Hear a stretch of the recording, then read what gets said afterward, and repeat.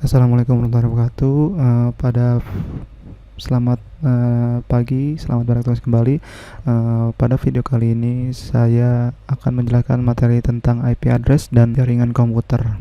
Nah, sebelum itu kita akan membahas tentang IP address. Apa itu IP address? IP address adalah alamat yang menjadikan tanda pengenal untuk setiap host yang terhubung ke jaringan dengan TCP/IP atau internet berdasarkan aturan dari Internet Protocol. Sedangkan setiap host yang akan terhubung ke jaringan yang berbasis TCP/IP harus memiliki IP address. Jadi IP address ini seperti halnya kayak KTP. Jika kalian tidak punya KTP, kalian tidak bisa untuk daftar akun, tidak dapat daftar akun kartu SIM kalian. Contohnya seperti itu. Nah, selanjutnya IP address bersifat unik. Artinya dalam satu jaringan tidak ada dua host atau lebih yang menggunakan alamat IP yang sama. Sama halnya dengan KTP. KTP juga setiap individu pasti memiliki nomor NIC yang unik atau hanya dia saja yang memilikinya begitu. Selanjutnya adalah IP address terdiri dari dua bagian, yaitu network ID dan host ID. Nah, untuk network ID itu adalah fungsinya itu adalah untuk menentukan alamat dari suatu jaringan komputer. Sedangkan host ID adalah menentukan alamat dari suatu komputer dalam suatu jaringan komputer. Jadi host ID itu fungsinya untuk komputernya, kalau network ID adalah untuk jaringan yang ada di komputer tersebut. Nah, IP address memberikan alamat lengkap dari suatu komputer yang merupakan gabungan dari network ID dan host ID gitu. Nah, IP address memiliki dua jenis, diantaranya adalah IP versi 4 dan IP versi 6. IP versi 4 adalah jumlah alamat yang menggunakan 32 bit hingga jumlah alamat unik yang didukung terbatas. Jadi dia perhitungannya 2 × 32 menghasilkan 4 miliar alamat IP address. Namun IP address versi 4 ini sudah tidak available lagi. Nah, solusi dari IP versi 4 sudah tidak available lagi atau sudah habis dengan cara menggunakan NAT atau Network Address Translation, yaitu fungsinya adalah untuk sekedar memperlambat habisnya jumlah alamat IP address atau memanipulasi IP address publik. Pada IP versi 4 atau pada IP address terdiri dari bilangan 32 bit yang tadi dan dipisahkan oleh titik setiap 8 bitnya. Tiap 8 bit ini disebut dengan oktet. Jadi tiap penulisan IP address versi 4 itu tiap titiknya itu bernama oktet, atau satu barsnya itu adalah namanya oktet, yang mana isinya itu ada 8 bit begitu. IP address dapat ditulis dengan cara binary dan decimal. Nah, kalau binary itu adalah yang dapat mengetahui hanyalah bahasa komputer doang atau bahasa mesin. Selanjutnya adalah IP versi 6 menggunakan 128 bit untuk mendukung 3,4 kali 10⁻38 alamat IP yang unik. Jumlah yang masif ini lebih dari cukup untuk menyelesaikan masalah keterbatasan jumlah alamat IP address pada versi 4. Nih, format IP address yang tadi saya bilang, 8 bit pertama itu adalah nama 8, setiap bitnya ini adalah okten. Pemisahnya adalah penulisan yang 1100 ini adalah binary gitu. Sedangkan ini desimal. Nah, untuk cara menghitungnya itu sangat mudah. Contohnya kita ingin mencari 192. Maka kita buat terlebih dahulu. Nah, kalian tulis terlebih dahulu angka cantiknya itu 128 64 32 16 8 4 21. Ini adalah jumlahnya adalah 8. Jadi ini satu okten ini adalah 8 bit. Nah, untuk menghitung 192 ini binernya berapa atau bahasa komputernya berapa, kita tambahin aja. Untuk menghasilkan 192 itu butuh penjumlahan tambah berapa aja di okten ini atau di angka cantik ini. Ya, pertama 128 berarti di 1. Apabila dia masih kurang, maka dia angkanya 1. Maksudnya apabila terpenuhi dan masih kurang dari angka yang dicari, itu dituliskan angka 1. Sedangkan apabila sudah lebih atau tidak terpakai atau tidak digunakan, dia jadikan angka 0 begitu. Jadi ketika angka itu digunakan, angka cantik itu digunakan, berarti sini angkanya di 1, sedangkan apabila tidak digunakan menjadi 0. Ini 1, berarti 128 tambah berapa yang menghasilkan 192, yaitu tambah 64. 128 tambah 64 adalah 192. Nah, ini adalah contoh dari implementasi dari bilangan biner, konversi dari bilangan desimal ke bilangan biner. Cukup mudah ya. Untuk contoh latihannya bisa dipraktekkan di next video. Selanjutnya, penghitungan selanjutnya hampir sama kayak yang sudah dijelaskan di sebelumnya di notepad yang sebelumnya. Nah, ini maksudnya apa sih gambar ini? Contohnya ketika kalian ingin berkomunikasi antar dua jaringan, kalian harus memiliki perantara atau gerbang keluarnya, yaitu namanya router untuk memberi izin ke network sebelahnya. Contohnya di real life-nya, contohnya gini, ketika kalian memiliki di komplek yang cerita kalian di komplek. Nah, di komplek itu kan pasti memiliki satpamnya. Nah, di komplek A dia pasti di depannya tuh ada satpam. Nah, di komplek B itu juga ada satpam. Nah, untuk supaya warga B ke A itu supaya dapat izin, itu dia harus melalui perizinan di satpam.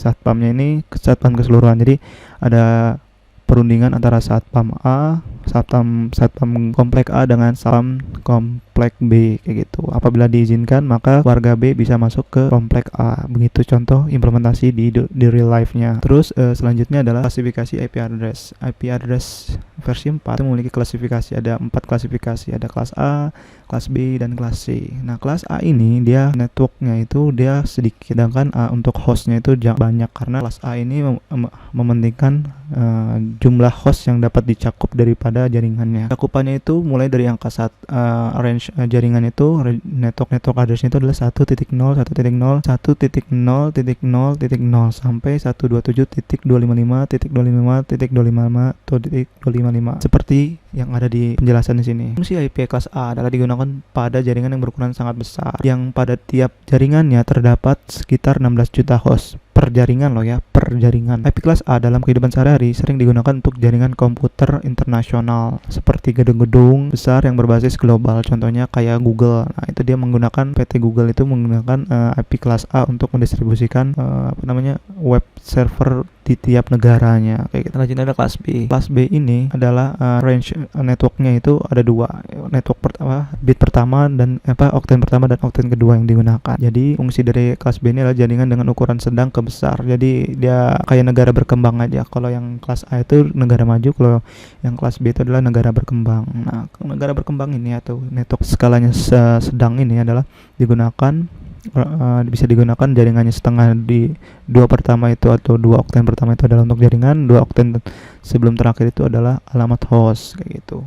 Range-nya seperti ini, 128.0.0.0 sampai 191.25 3 kali. Fungsi IP kelas B ini yang tadi sudah disebutkan, dia skalanya skala sedang ke besar, dan IP kelas B dalam kehidupan sehari-hari sering digunakan untuk jaringan komputer seperti kantor, kampus, rumah sakit, dan lain-lain gitu loh, yang skupnya itu menengah ke atas gitu. Dengan kelas C itu digunakan range networknya itu 192.0 3 kali sampai 223.255 3 kali. Fungsi dari IP kelas C adalah untuk jaringan berukuran kecil. IP kelas C dalam kehidupan sehari-hari sering digunakan dalam jaringan komputer yang berbasis seperti warnet, sekolah, dan rumah sendiri. Jadi skupnya lebih kecil lagi dan biasanya itu digunakan menjadi IP private. Nah, kelas D ini IP kelas D ini networknya dari 254 sampai 239. Nah, biasa digunakan untuk multicast. IP multicast itu pengiriman data sekaligus ke sejumlah besar jaringan penerima yang dilakukan oleh router multicast khusus. IP kelas D ini adalah untuk jaringan menggunakan dan menjalankan aplikasi bersama-sama dan cara kerjanya harus simultan. IP kelas D sangat jarang digunakan dalam kehidupan sehari, hanya digunakan oleh jaringan komputer khusus yang menjalankan aplikasi pemrosesan secara bersamaan oleh banyak komputer. Itu contohnya pembahasan di kelas D. Kelas E ini alamat khusus atau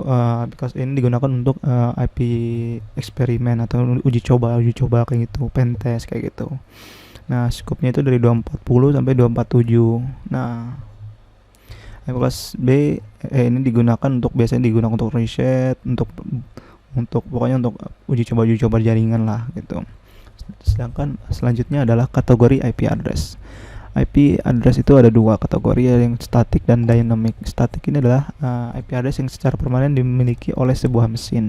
Jadi ketika kalian setting IP addressnya itu dia segitu aja, nggak pernah berubah atau nggak pernah berubah-ubah sewaktu-waktu. Sedangkan IP dynamic, IP address pada sebuah mesin yang selalu berubah-ubah dengan pemakaian IP address dalam jaringan dalam jaringan pada saat itu yang diatur oleh DHCP server. Jadi IP dynamic ini contohnya kayak kalian daftar di IndiHome. Nah, di IndiHome itu kan dia punya IP unik, IP address unik untuk jaringan internet di rumah kamu. Nah, itu adalah IP statiknya, sedangkan IP dynamicnya itu adalah IP yang kamu distribusikan ke user-user yang ada di rumah kamu menggunakan DHCP server namanya. Controlling access point ini menjadi namanya adalah DHCP server. Nah, ini adalah setting cara IP address statik, bisa kalian lihat di sini di video atau di ebooknya atau slide PPT yang ada di link deskripsi ya. Nah, selanjutnya adalah kategori IP address. Itu ada yang tadi dibilang ada IP private dan IP public. Nah, IP private ini adalah alamat jaringan khusus digunakan untuk pengalaman dalam jaringan lokal. Biasanya digunakan itu network 10.03 kali, terus 172.16.02 kali, selanjutnya ada di 192.168.02 kali, dan yang terakhir adalah IP public, adalah IP address yang digunakan di internet pada umumnya. IP public biasanya disediakan oleh operator penyedia jasa layanan internet atau ISP, sesuai yang saya sudah jelaskan di slide sebelumnya. Nah, DNS ini bisa kalian baca sendiri. Dengan MAC address ini adalah merupakan identitas permanen dari sebuah network interface. Jadi setiap NIC itu, jadi ini sasarannya bukan ke komputer tapi ke NIC kartu jaringan kalian. Itu pasti punya gitu. Contohnya kalau NIC itu contoh implementasi di real life-nya kayak SIM. Jadi kalian apabila ingin menggunakan motor atau kendaraan bermotor, dia harus memiliki izin SIM-nya atau ID dari SIM itu sendiri, kayak gitu contohnya. Nah, selanjutnya adalah teknik kabling RJ45. Kabel RJ45 terdiri dari dua tipe kabel. Pertama adalah strike dan kedua adalah cross. Nah, kabel strike digunakan untuk menghubungkan dua buah hardware yang berbeda seperti PC ke switch. Sedangkan kalau cross itu dia yang sama dari PC ke PC kayak gitu. Nah, kalau strike itu antara kabel ujung yang utara dan selatannya itu harus sama. Contohnya ini tipe A, ini tipe B. Nah, ini kalau tipe A dan tipe B ini masuk ke crossover. Sedangkan kalau strike antara kutub utara dan kutub selatannya itu adalah kabelnya sama. Nah, ini itu dari kabel pengkabelan di RJ45 itu ada dua, ada yang tipe A dan ada tipe B. Tipe A itu yang ini, yang tipe B ini. Cross strike itu antara kutub utara dan selatan itu harus sama. Sedangkan cross itu nyilang seperti ini, utara dan selatan tuh harus beda. Itu cross. Nah, teknik kabelingnya itu ketika kalian buat crimping kabelnya itu tidak boleh longgar seperti ini antara konektor dengan kabelnya, itu nggak boleh ada space kayak gini, harus terkunci antara konektor dengan kabel luarnya atau kulitnya itu harus dimasukkan atau harus masuk kabelnya, jangan longgar seperti ini atau kabelnya kelihatan. Itu teknik kabelling yang masih awam gitu loh. Cukup sekian presentasi dari saya hari ini, kurang lebihnya maaf. Wassalamualaikum warahmatullahi wabarakatuh. Selamat pagi.